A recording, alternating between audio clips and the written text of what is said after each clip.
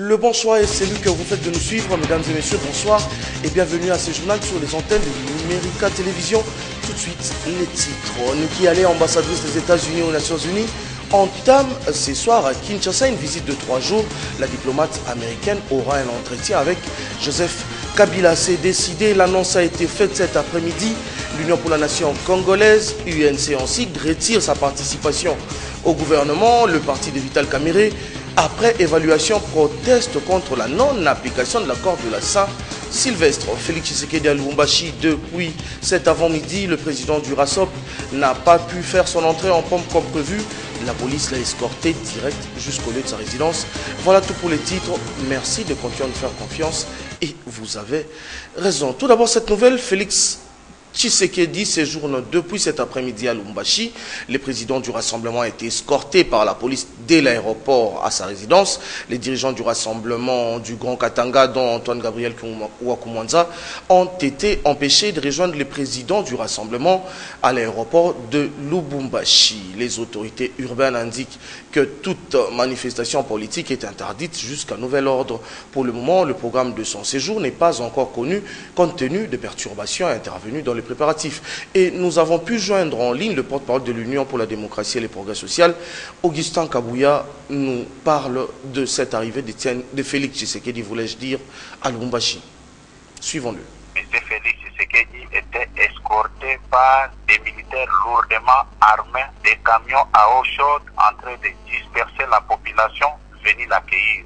C'est vraiment une honte. En quoi la présence de M. Félix Tshisekedi au Katanga dérange? Ils ont fait la honte après 57 ans de notre indépendance. Ils n'ont pas pu vraiment montrer à la face du monde que les partis politiques de l'opposition peuvent s'exprimer, les partis de l'opposition peuvent, leurs leaders peuvent circuler librement. Ce qui s'est passé à Lubumbashi, quand vous regardez même l'âge de Papa Kyungu, un vieillard de cet âge-là qui prend son temps pour aller accueillir le président du rassemblement, on l'empêche, on le retourne directement dans sa résidence et on arrête de pécher des citoyens et d'autres personnes sont poursuivies. Une honte vraiment pour la République et pour le reste des hommes politiques. C'est quoi la prochaine étape? Il y a un meeting prévu, il y a des rencontres prévues. Quel est l'agenda de Félix Tshisekedi à Lubumbashi? Oui, il a tenu un point de presse dans la résidence du patriarche Ouakumwanza. Je pense que ce soir, vous serez tous informés, mais l'opinion doit retenir une fois pour toutes qu'il y a eu un désordre orchestré par la mouvance kabiliste, puisqu'ils ont un discours qu'ils développent quand ils sont avec Kabila, qu'ils contrôlent la situation, mais en réalité, ils ne contrôlent absolument rien. C'était là Augustin Kabouya, porte-parole de l'UDPS. Et dans un communiqué publié ce lundi, la MONUSCO demande la libération immédiate des militants de l'opposition arrêtés hier dimanche à Lubumbashi, toujours dans le Haut-Katanga. Les représentants spéciaux du secrétaire général de l'ONU rappellent également aux autorités congolaises leurs obligations de garantir les libertés publiques et les droits civils et politiques à tous, conformément à la Constitution, aux engagements internationaux prise par la RDC. L'actualité, c'est aussi l'arrivée ce lundi à Kinshasa de l'ambassadrice des États-Unis aux Nations Unies. Nikki Haley va s'entretenir avec les autorités congolaises, dont le président Joseph Kabila. Elle va également rencontrer des représentants de l'Union africaine et des représentants des agences et programmes des Nations Unies. Nikki Haley visitera également des missions de maintien de la paix et des suites d'autres et des sites d'autres agences des Nations Unies fournissant l'aide humanitaire. Cette visite de Nikki Haley a inspiré une réflexion à Mouine Morofel.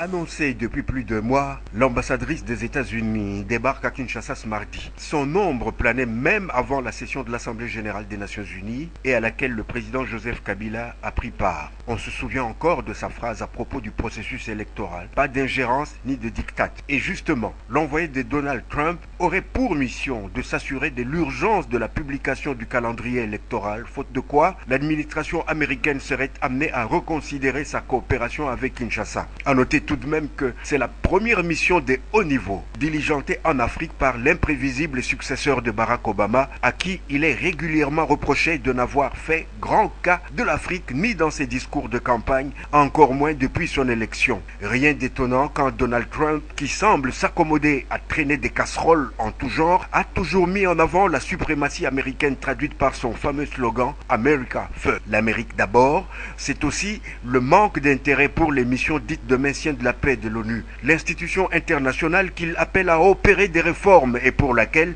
il ne nourrit pas une estime particulière, où des gens, disait-il pendant la campagne, se retrouvent, discutent et se donnent du bon temps. Le coup de semonce a été donné en juillet. Washington réduisait sa contribution aux missions de 20% et la MONUSCO en a accusé le coup. Il réduit déjà son personnel et les trains de vie de ses cadres. Nikki Haley devrait s'assurer de la gestion orthodoxe des milliards de dollars versés par les pays contributeurs dont les États-Unis. Son rapport final à Donald Trump sera déterminant. Négatif, il viendrait paradoxalement apporter de l'eau au moulin des autorités congolaises qui appellent au retrait progressif de la MONUSCO présente en RDC depuis bientôt 20 ans sans résultat probant. Et l'actualité cet après-midi, c'est du côté de l'Union pour la nation congolaise qui s'est décidé de se retirer du gouvernement. L'annonce a été faite ce lundi dans un communiqué signé par le président de l'UNC, Vital Kamerhe lui-même. Le communiqué précise que cette décision a été prise après concertation avec Pierre Kangou Diambaye, unique membre de l'UNC présente au gouvernement.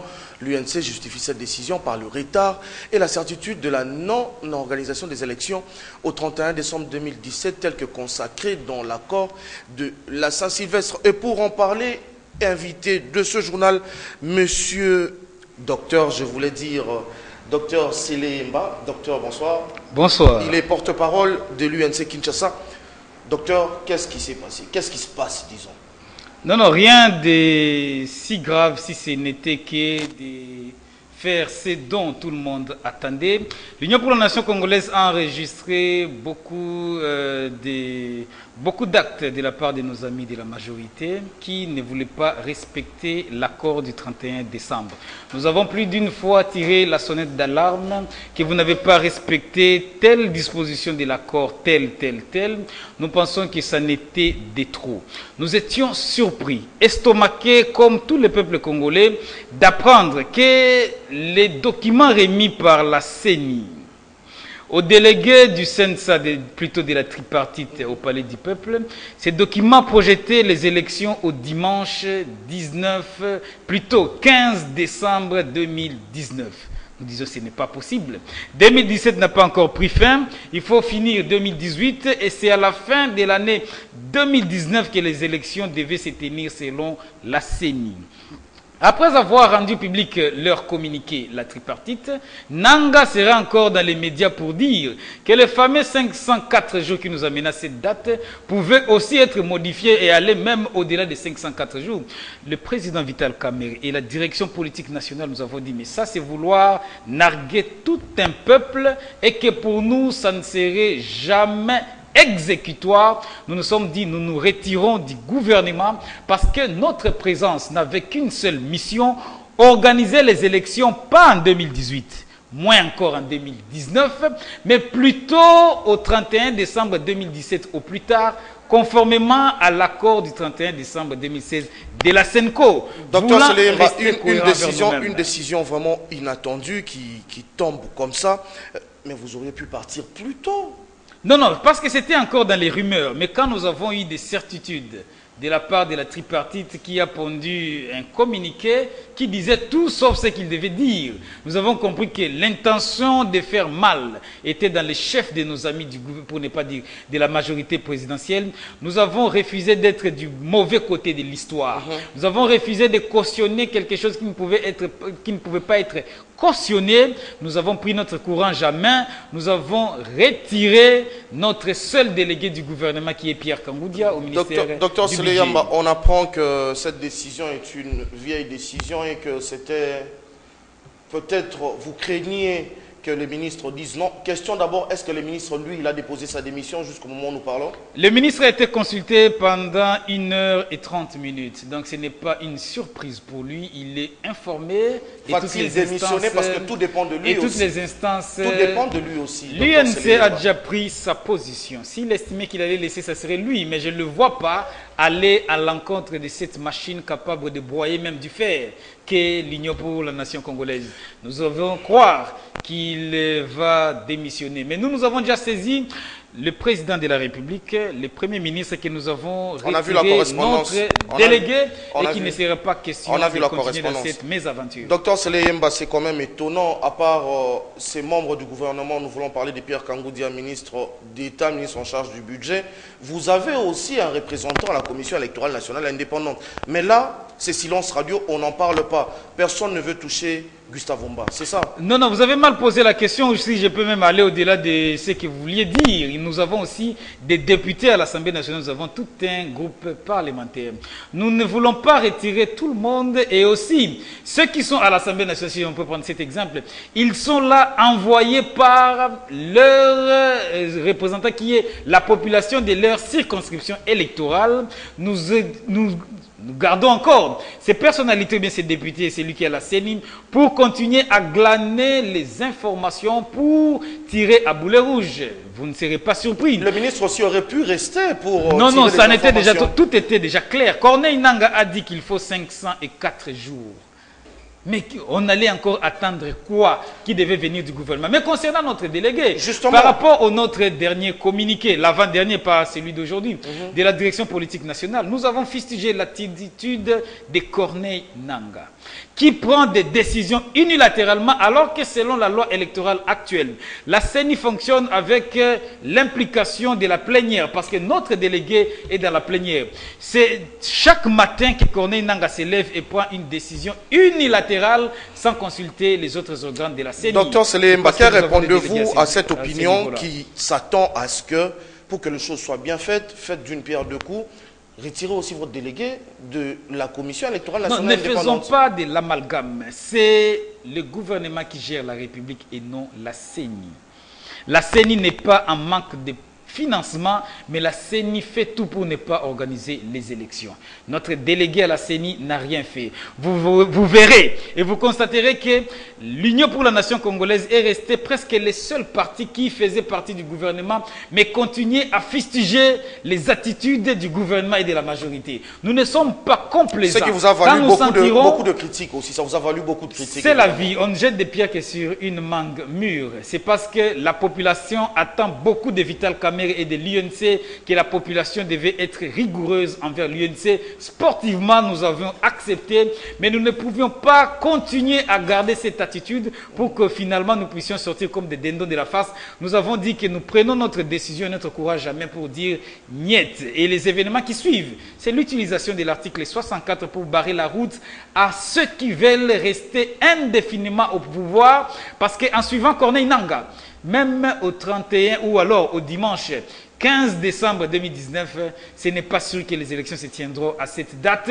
Nous allons barrer la route à quiconque, conformément à l'article 64. Docteur Sele Yemba, on a vu tout à l'heure en image Félix Tshisekedi à Lubumbashi. Quelles sont les relations que l'UNC entretient aujourd'hui avec le RASOP? Permettez-moi d'abord de condamner avec la dernière énergie au nom du président Vital Kamerhe et de l'Union pour la nation congolaise.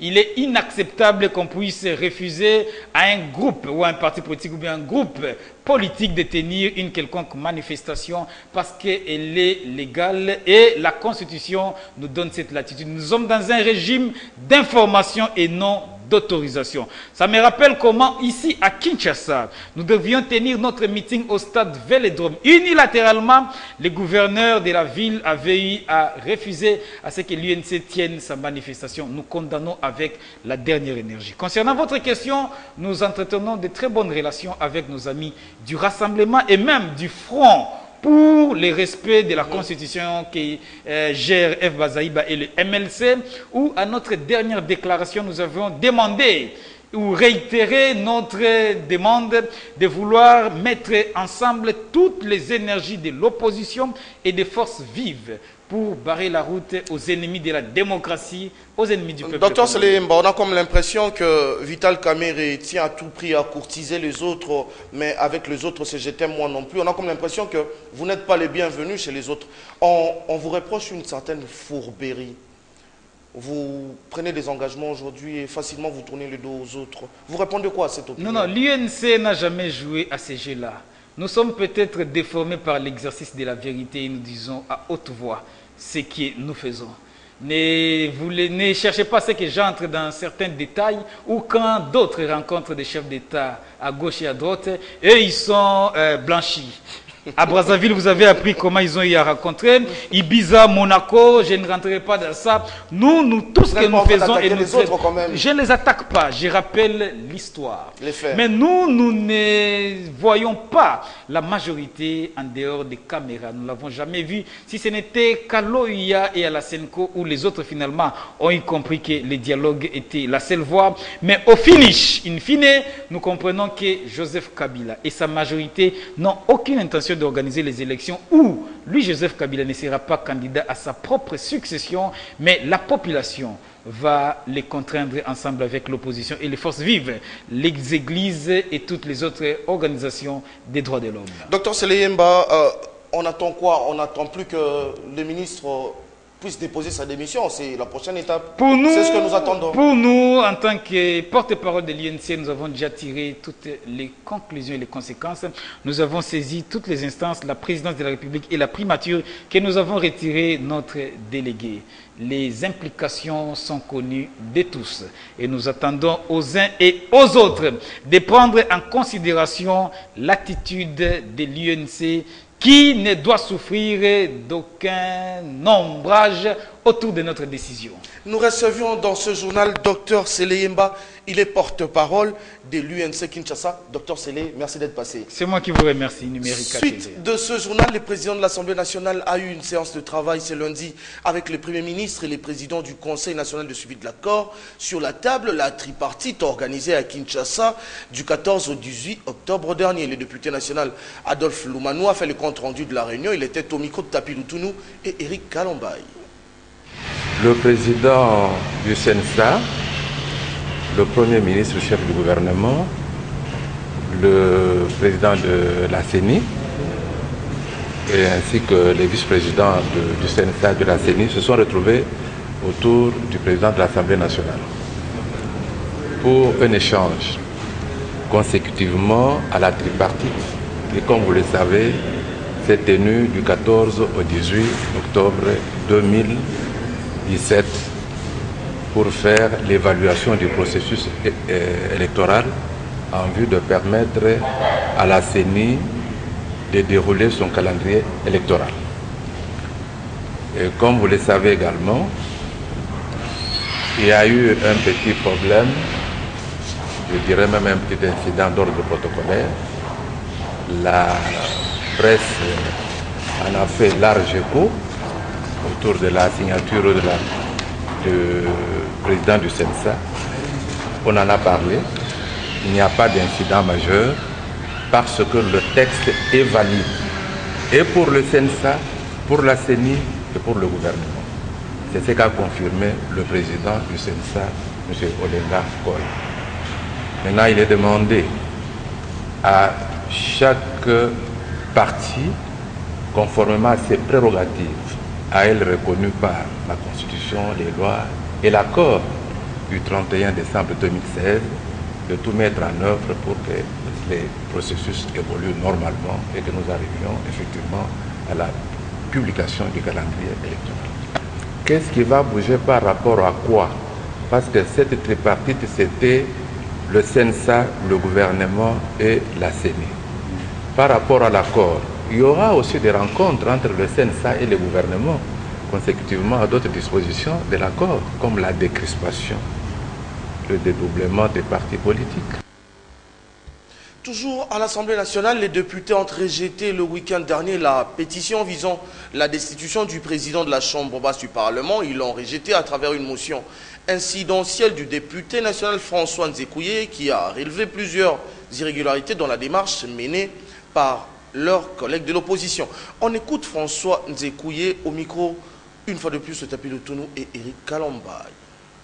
Oui, comme je l'ai dit, la raison principale qui m'a poussé à intervenir par motion incidentielle, c'est la confusion des qualités des pétitionnaires qui confondent le secrétaire général de la majorité présidentielle et le président de l'Assemblée nationale de la République. Et donc, nous considérons que nos collègues ont tapé à côté, sans oublier le fait qu'ils accusent à tort le président de l'Assemblée nationale de freiner les contrôles parlementaires, notamment les contrôles d'exécution budgétaire, oubliant encore une fois que c'est une mission reconnue à la commission ECOFIN qui peut, mutu proprio, faire ces contrôles tous les 3 mois et que ces prérogatives reviennent aussi également aux députés nationaux. C'est cela que j'ai dit, que nos collègues se sont prévalus de l'époque turpitude.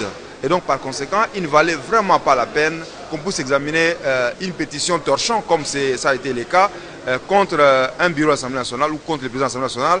Et nous avons compris qu'ils veulent bloquer les institutions de la République pour qu'on ne vote pas les lois dont la population a besoin pour l'amélioration de ses conditions de vie. Autre chose, bonne nouvelle pour les étudiants de l'université de Kinshasa. Les professeurs de la colline inspirée ont suspendu leur mouvement de grève. Ils l'ont fait savoir, c'était le week-end à l'issue de leur assemblée générale. Félix Ilunga et Manitangou pour le reportage. Après plus de 2 mois de grève, les activités académiques reprennent à l'université de Kinshasa. D'un commun accord, les professeurs ont décidé de cesser leur mouvement de protestation après l'évaluation du protocole d'accord signé entre le bon syndical de professeurs avec le gouvernement le 13 octobre dernier. Un protocole d'accord matérialisant les engagements du gouvernement de la République vis-à-vis du corps professoral a été signé avec le banc syndical du personnel de l'enseignement supérieur et universitaire.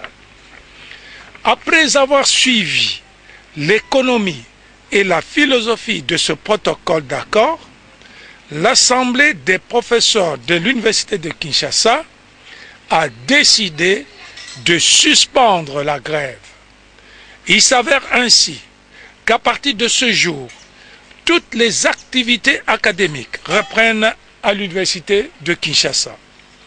Seulement, pour donner aux uns et aux autres l'opportunité d'apprécier l'exécution des engagements pris par le gouvernement, les professeurs se retrouveront le 24 novembre 2017 pour évaluation.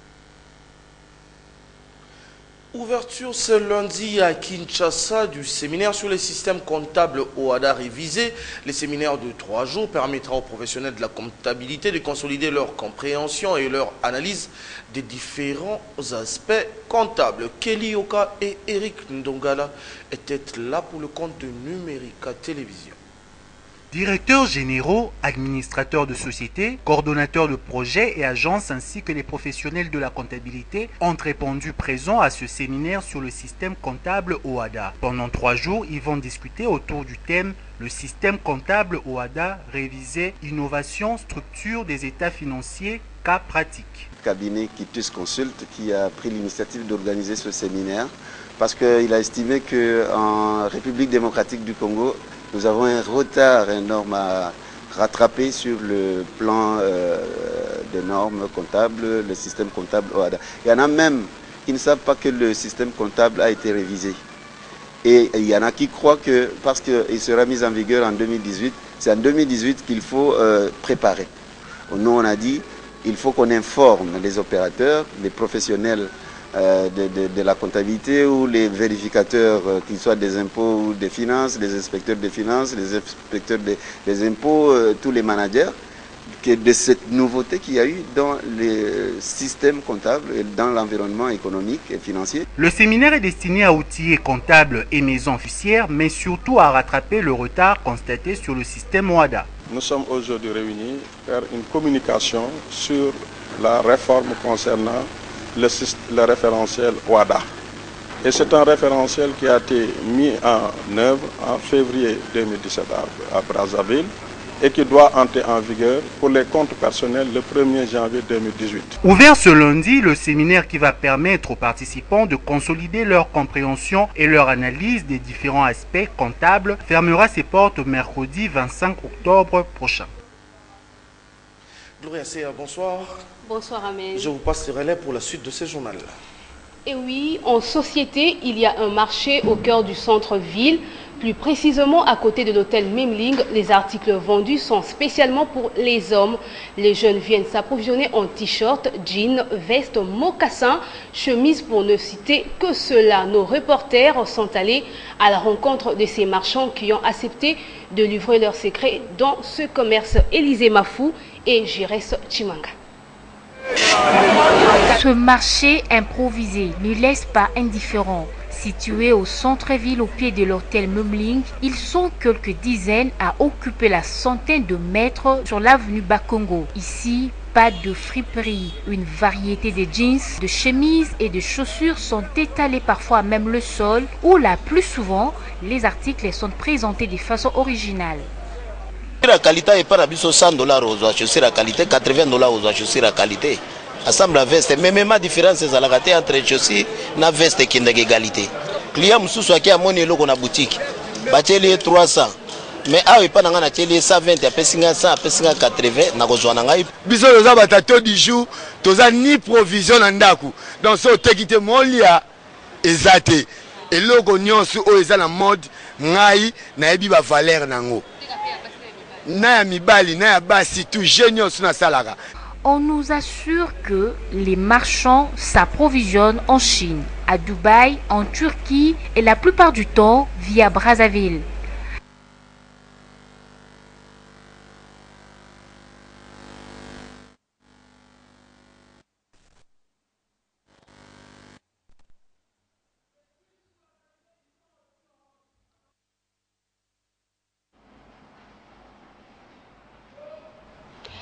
Veuillez nous excuser pour la mauvaise qualité du son. Sport à présent, Mazembe contre Supersport d'Afrique du Sud constitue l'affiche de la finale de la 16e édition de la Coupe de la CAF. La manche aller est prévue le 17 novembre à Lubumbashi avant l'acte 2 au pays de Nelson Mandela pour y accéder après le nul blanc de la demi-finale retour de cette compétition. Les Corbeaux louchois ont paralysé Fouf du Maroc grâce à la seule et unique flèche empoisonnée de Ben Malango dans leur jardin de la commune de Kamalondo. Paul Kazozo. Pour le match retour de Rabat, avec une attaque amorphe, on peut le dire ainsi, Fuse avait plus misé sur le keeping de son jeune gardien de but explosif qui s'est dit sorti indemne du chaudron de Kamalondo. Vivant, il est peut-être en apparence comme l'ensemble de l'équipe, sans argument convaincant pour faire trembler Mazembe à Rabat. Dans la capitale marocaine, pas de souci pour Mazembe en déplacement. Les Badiangwena avaient déjà scellé les sorts de Fuse à Lubumbashi sur la flèche empoisonnée de Ben Malango au match aller. Fuse, autant que son gardien de but, était déjà paralysé d'une dose de reptilose, un poison made in Badiangwena, mieux un néologisme à nous forgé sur les crocodiles du Katanga. Sur le plan sportif, un poison sans antidote dont on ne s'en remet pas, qui a fait et continue à faire des victimes sur le continent depuis les années 60 à ce jour. Des Kalala Mukendi, Kazadi, Chinabu, Katumba, Mutombo et Tutikanti à la génération de Ben Malango, Meshak Elia, Michel Mika, Arsène Zola et les autres, tous formatés dans cet esprit de reptilose ou de crocodilose, un autre néologisme à nous à mettre en pratique au retrouvailles, c'est-à-dire en finale face à Supersport après les rendez-vous de 2 buts partout à Lubumbashi et d'un nul blanc à la phase de poule. Supersport donc, un morceau difficile en soi. Pour ces retrouvailles, très attendu, finale aller le 17 novembre 2017 à Lubumbashi et une semaine plus tard en Afrique du Sud pour la finale retour. À Miayo, d'apprêter beaucoup de flèches empoisonnées pour tétaniser si possible Supersport en vue d'un doublé dans cette compétition de la Coupe de la CAF. Sport encore, 2 buts partout, c'est le résultat du seul match dominical joué au centre d'Ekimbondo entre V-Club et Dragon. Luzolo et Etekama ont marqué pour les Dauphins noirs, tandis que Bokolama et Kaya ont marqué pour les monstres. La veille, Maniema Union avait dominé RCK sur le score de 2 buts à 1. V-Club a pris le dessus sur Rangers 3 buts à 1. Encore Paul Kazozo. Le samedi 21 octobre 2017 au centre de Gimbondo, au menu du match intéressant en amical entre V-Club et l'Académie Club Rangers. Belle ambiance d'avant-match entre les dirigeants des deux équipes de vieille connaissance, si on peut le dire ainsi. Lambert Osango de l'AC Rangers et le général Amissi Kumba de V-Club.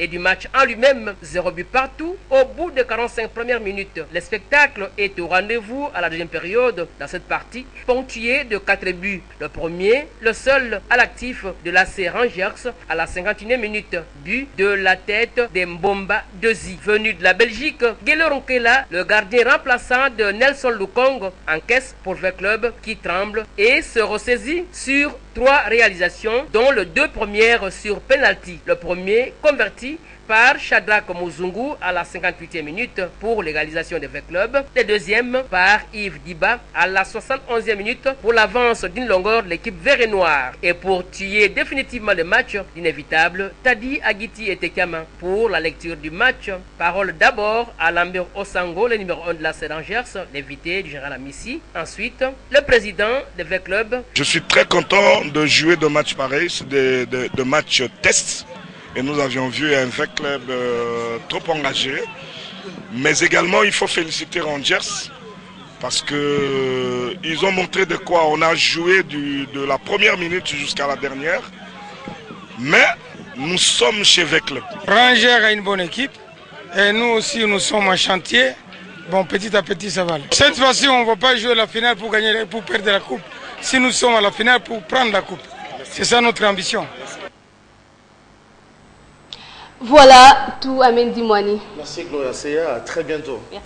Suite de ce journal, hors de nos frontières, c'est une semaine toute particulière qui a commencé au Kenya avec en principe une élection bis, c'est jeudi 26 octobre, une nouvelle présidentielle après l'annulation du scrutin du 8 août dernier par la Cour suprême. Mais tout cela se déroule dans un climat très tendu. Les principaux opposants, Raila Odinga, vous le savez, continuent d'appeler au boycott et la mission électorale est en pleine crise interne. C'est dans ces contextes donc qu'une vingtaine d'ambassadeurs étrangers ont émis des recommandations ce matin à travers un texte lu par l'ambassadeur des États-Unis, Bob Godek, dénonce un climat politique détérioré et demande à ce que cessent les attaques contre la mission électorale. C'est par ici que prend fin ce journal. Merci aux internautes depuis Bruxelles à Paris qui continuent à visiter notre page Facebook Numérica TV officielle. Nous sommes aussi très présents sur YouTube. Portez-vous bien. Merci pour votre attention et bonne suite de programme sur Numérica Télévision, la haine.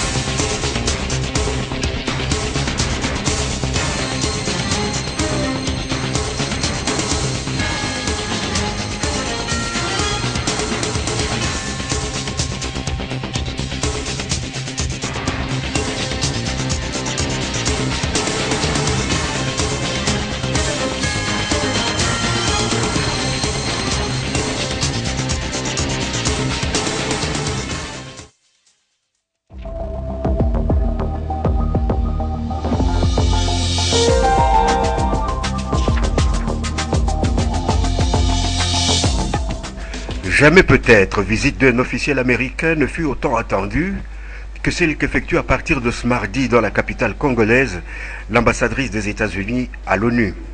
Autant pour le gouvernement que pour la MONUSCO, Nikki Haley fait presque figure d'épouvantail tandis que l'opposition se frotte les mains et fait des projections parfois surréalistes. Géopolis Hebdo s'interroge s'il faut s'en inquiéter. Non, répond le ministre des Affaires étrangères. Léonard Chéo Kitundou tient à rassurer et affirme qu'il croit en l'efficacité de la diplomatie congolaise. Il estime du reste que les relations internationales sont basées sur la rationalité où les sentiments ont peu de place. C'est pourquoi il voit d'un bon œil cette visite qui sera l'occasion pour les autorités de donner leur lecture des enjeux et de parvenir à obtenir, si pas un soutien, du moins une compréhension de Washington. Pendant que majorité et opposition attendaient de pied ferme l'envoyé de l'imprévisible président des États-Unis, les députés se crêpaient le chignon après le rejet de la fatwa contre le président de l'Assemblée nationale. Tollé général dans les rangs des oppositions. Pas facile de digérer la motion incidentielle du député Nzekouye, qui a finalement sauvé la tête d'Aubé Minakou, s'amuse presque forum des As. À tout prendre, crier à ce que l'opposition considère comme une violation du règlement intérieur de l'Assemblée nationale, tout en étant absente de la salle, amène les observateurs avisés à penser que les députés de l'opposition se sont prévalus de leur propre turpitude, car la politique de la chaise vide ne paye pas, ou du moins, elle paye mal. La pétition contre Minakou, un coup d'épée dans l'eau, titre sur un ton jubilatoire l'avenir. C'est donc une opposition parlementaire qui s'en trouve bloquée, triomphe sur le même ton la prospérité. Un vrai pétard mouillé, ajoute son éditorialiste. Malgré tout, la problématique des motions incidentielles opposées aux motions de défiance a encore de beaux jours à la chambre basse du Parlement congolais. C'est là une situation bien embarrassante pour la bonne marche de l'Assemblée nationale. D'ailleurs, les députés de la majorité et Minakou lui-même en ont pleinement conscience. Après cet épisode, qui n'est malheureusement pas le premier ni le dernier, tout laisse présager que la polémique ne fera qu'enfler. D'où ces questions que pose José Nawej dans son éditorial. Est-ce que cela valait la peine de déclencher une croisade contre le speaker d'une chambre législative qui n'a pas plus de 2 mois de vie? Quelle aurait été l'efficacité politique d'une telle action? Car même dans l'hypothèse hautement improbable où elle aurait bénéficié du soutien des députés de la Kabylie, ça aurait été à la même majorité de désigner pour élection un autre président de l'Assemblée nationale. Conclusion, on aurait déshabillé Saint-Pierre pour habiller Saint-Paul. Enfin, Félix Tshisekedi était attendu ce lundi à Lubumbashi. Un saut périlleux, voire même un pari risqué pour le président du Rassemblement El Limité, selon le courrier de Kinshasa. Dans son agenda, un meeting place de la gare de la SNCC ou Square Forest, un carnaval motorisé et autres actions de masse pour administrer la preuve de son enracinement populaire. Mais c'est sans compter avec le maire de la ville cuprifère, Jean-Oscar Sanguza Mutunda, qui a réitéré l'interdiction des manifestations à caractère public dans sa juridiction. Dossier à suivre donc.